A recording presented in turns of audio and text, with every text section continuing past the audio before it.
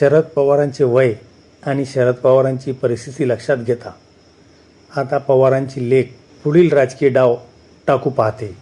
सुप्रियाले कालचे वक्तव्य होऊ नका. सुनेत्रा पवारांना त्या स्टेटमेंटचा अर्थही कळाला आणि ते स्टेटमेंट प्रवाहाच्या विरुद्ध दिशेने आणि उद्या भविष्यात आपल्यालाच गोत्यात आणेल यावरती सुद्धा शिक्कामोर्तब करणार आहे. सुप्रिया सुळेंनी काल केलेली खेळी सांगते की पवारांच्या डोक्यानेच सुप्रिया सुळे चालत आहेत. स्टेप बाय स्टेप समजून घेऊयात. बारामती पोटनिवडणुकीच्या निमित्ताने पवार कुटुंबियामध्ये सध्या एकमेकांविरोधात सायलेंट पॉलिटिकल ट्रायल सुरू झाली आहे. सध्या तरी बारामती विधानसभा मतदारसंघासाठी सुनेत्रा पवारांना उमेदवारी मिळाली असली तरी 2029च्या विधानसभा निवडणुकीसाठी त्याच उमेदवार असतील हे छाती ठोकपणे कोणीही सांगू शकत नाही. 2029 येता येता पुलाखालून बरेच पाणी वाहून जाईल हे जरी खरे असले तरी बारामती लोकसभा आणि विधानसभा निवडणुकीची शाब्दिक मोर्चेबांधणी पवार कुटुंबियांनी आतापासूनच सुरू केली आहे. सुनेत्रा पवार यांच्या प्रचाराच्या निमित्ताने आधी जय पवार यांनी 2029च्या बारामती विधानसभा निवडणुकीतील उमेदवारीबाबत स्टेटमेंट केलं. मग त्याला काउंटर करण्यासाठी रोहित पवार पुढे आले. आता खुद्द खासदार सुप्रिया सुळेंनी पवार कुटुंबियांमध्ये आता पुन्हा राजकीय लढाई होणार नसल्याचे स्पष्ट करत या राजकीय गरमागरमीने अजूनच हवा दिली. सध्याच्या पोटनिवडणुकीच्या निमित्ताने पवार कुटुंबीय एकमेकाविरुद्ध राजकीय ट्रायल घेत आहेत का? कार्यकर्त्यांनी यातून काय अर्थ काढावा यावर पवार कुटुंबियांच्या विलिनीकरणाची चर्चा अचानक थांबली असताना आता पुन्हा एकदा सुप्रिया सुळे यांनी पवार कुटुंबियाविषयी सॉफ्ट भूमिका घेऊन आपलं जुनंच कार्ड पुन्हा बाहेर काढले का? शरद पवार यांची याबाबत भूमिका काय या सर्व गोष्टींचा आढावा आपण आजच्या या व्हिडिओमधून घेणार आहोत.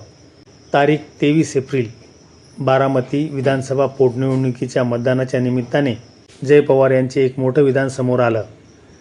ते म्हणाले 2029च्या विधानसभा निवडणुकीत मी उमेदवार असावं अशी लोकांची इच्छा. त्यांच्या या विधानामुळे ते अजित पवारांचे राजकीय वारसदार म्हणून बारामतीतून रिंगणात उतरणार अशा चर्चांना उधाण आले. खरं तर या विषयाचा काही मागचा पुढचा संदर्भ नव्हता, परंतु जय पवार यांनी ओढून ताणून 2029च्या बारामती विधानसभा निवडणुकीतील उमेदवारीबाबत भाष्य करत जणू आतापासूनच आपल्या उमेदवारीचा झेंडा गाडून टाकला. अर्थ निघतो तो म्हणजे अजित पवार यांचा राजकीय वारसदार म्हणून जय पवार यांना स्वतःला प्रोड्यूस करायची ही नामी संधी आहे. सध्या अजित पवार यांच्या निधनामुळे बारामती विधानसभेत मोठी पोकळी निर्माण झाली. अजित पवार यांच्याबाबत बारामतीकरांमध्ये सहानुभूतीची भावना आहे. आत्ताच्या पोटनिवडणुकीच्या निमित्ताने सुनेत्रा पवार यांचा 2 लाखाहून अधिक मतांनी विजय होणार हे दावे त्याच आधारावर केले जातात. मुख्यमंत्र्यांसह उपमुख्यमंत्री एकनाथ शिंदे यांनी बारामती पोटनिवडणुकीसाठी कंबर कसली होती. निवडणूक बिनविरोध व्हावी म्हणून त्यांनी सर्व प्रमुख पक्षांच्या नेत्यांची मनधरणी केली. सुनेत्रा पवारांसमोर आव्हान कमी केलं. जय पवार यांना स्वतःचं प्लॅटफॉर्म तयार करण्यासाठी हीच योग्य वेळ वाटत असावी. कार्यकर्त्यांची इच्छा असं सांगून आपली स्वतःचीच इच्छा पुढे रेटण्यात जय पवारांचा हात आता कोणीही धरू शकत नाही. अशाच पद्धतीचा गेम जय पवार खेळत असल्याची जोरदार चर्चा गेल्या विधानसभा निवडणुकीत बारामती विधानसभेची निवडणूक पवार विरुद्ध पवार अशी झाली होती. अजित पवार यांच्या विरुद्ध त्यांचे पुतणे योगेंद्र पवार उभे होते. आता अजित पवार नसताना योगेंद्र पवार बारामतीत आपली बाजू भक्कम करणार यात काहीही शंका नाही. त्यामुळे योगेंद्र पवारांचा जम बसण्याआधीच जय पवारांनी स्वतःला दादांचा राजकीय वारसदार असल्याच्या अँगलने वक्तव्य करणे म्हणजे योगेंद्र पवार यांना थेट इशारा देण्यासारखे म्हटले जाते. दुसरीकडे जय पवार यांचे विधान येत नाही तोच सेम डेला रोहित पवारांनी जय पवारांच्या वक्तव्यावर प्रतिक्रिया दिली. ते म्हणाले 2029मध्ये पुन्हा एकदा पवार विरुद्ध पवार अशी लढत होण्याची शक्यता नाकारता येत नाही.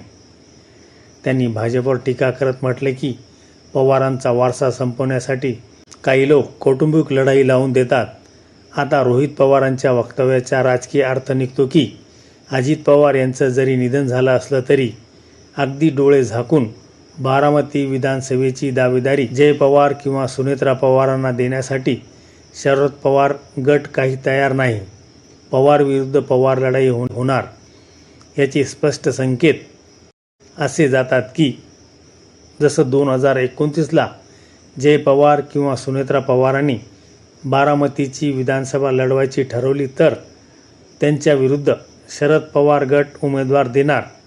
मग तो साहजिकच पवार कुटुंबातीलच व्यक्ती असणार. तो व्यक्ती पुन्हा एकदा योगेंद्र पवार असणार की कर्जत जामखेड मतदारसंघात अवघ्या काही मतांनी निवडून आलेले राष्ट्रवादीचे रोहित पवार देखील असू शकतात. थोडक्यात काय तर बारामती विधानसभेची निवडणूक कुठल्याही पातळीवर मॅनेज न होऊ देता लढलीच जाणार आहे. मग ती पवार विरुद्ध पवार असली तरीही असा थेट इशारा रोहित पवारांनी दिला. आता वळूयात एका अशा वक्तव्याकडे ज्यामुळे संपूर्ण बारामतीचं राजकारण ढवळून निघालं. तारीख 30 एप्रिल खासदार सुप्रिया सुळे यांनी अत्यंत भावनिक आणि आक्रमक भूमिका मांडली. त्यांनी म्हटलंय की लिहून ठेवा, आता यापुढे पवार विरुद्ध पवार अशी लढाई कधीही होणार नाही. गोविंदराव पवार आणि शारदाबाई पवार यांची जी पवार नावाची नातवंड आहेत त्यांच्या विरोधात आपण कधीही लढणार नसल्याचं सांगून सुप्रिया सुळेंनी पुन्हा एकदा भावनिक मुद्दा काढला. अशी परिस्थिती निर्माण झाल्यास आपण आपला मतदारसंघ बदलू, परंतु अशी लढाई होऊ देणार नसल्याची ठाम भूमिका त्यांनी मांडली. आता या वक्तव्याची दोन अर्थ निघतात. एक म्हणजे 2029 सालपर्यंत जर दोन्ही राष्ट्रवादी एकत्र आल्यात तर सुप्रिया सुळेंना बारामतीत कुठल्याही पवार विरुद्ध लढण्याची गरजच पडणार नाही. सोबतच जरी राष्ट्रवादीचे विलीनीकरण झाले नाही परंतु शरद पवार गट NDAमध्ये सहभागी झाला तर बारामतीचा प्रश्नच सुटतोय. त्यामुळे हा पर्याय जरी निवडला तरी पवार विरुद्ध पवार ही लढाई होणार नाही असा अर्थ काढला जातो. सुप्रिया सुळेंच्या वक्तव्याचा अजून एक अर्थ असाही निघतो की अजित पवार गटातील आमदारांना संभ्रमात टाकून त्यांना आपल्याकडे वळवण्यासाठी किंबहुना भविष्यातील पवार कुटुंबियाच्या विलिनीकरणाबाबत साशंकता निर्माण करण्यासाठी सुप्रिया सुळेंनी ही राजकीय चाल खेळली असावी. पवार कुटुंबाबाबत सुप्रिया सुळे या नेहमीच हळव्या असतात, परंतु एकीकडे कुटुंब वात्सल्य म्हणून दाखवायचं आणि दुसरीकडे बारामतीत अजित पवाराविरुद्ध योगेंद्र पवार यांना उभं करायचं असा दुहेरी राजकीय डाव महाराष्ट्राने याआधी पाहिला. त्यामुळे 2029च्या विधानसभेत पवार विरुद्ध पवार ही निवडणूक होणार नाही. या वक्तव्याला किती गांभीर्याने घ्यावे हा देखील एक प्रश्न आहे.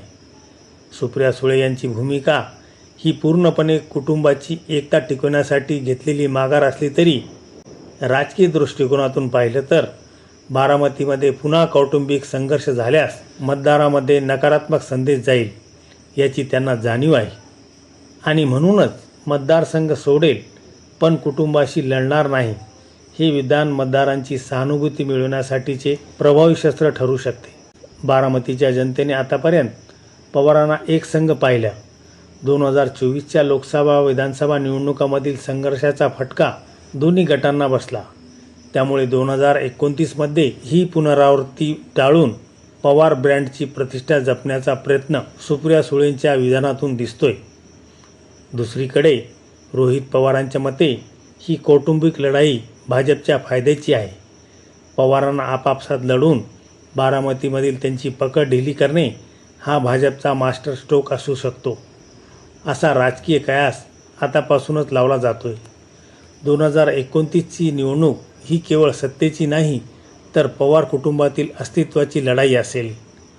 सुप्रिया सुळेंनी माघारीचे संकेत दिले असले तरी बारामतीच्या स्थानिक राजकारणात आणि कार्यकर्त्यांच्या दबावामुळे पवार विरुद्ध पवार लढाई पूर्णपणे टळेलच असं म्हणायला जागा नाही.